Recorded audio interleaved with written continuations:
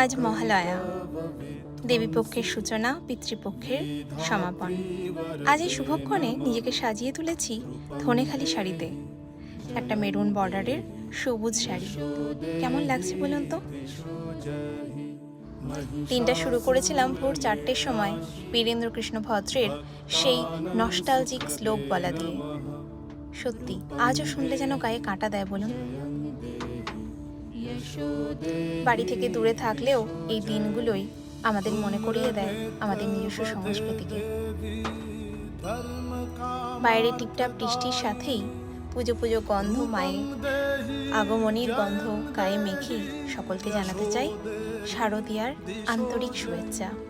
সবাই খুব ভালো থাকবেন, খুব ভালোভাবে পুজো এনজয় করবেন। চণ্ডমুণ্ড বিনাশিনী রূপং দেহি জয়ং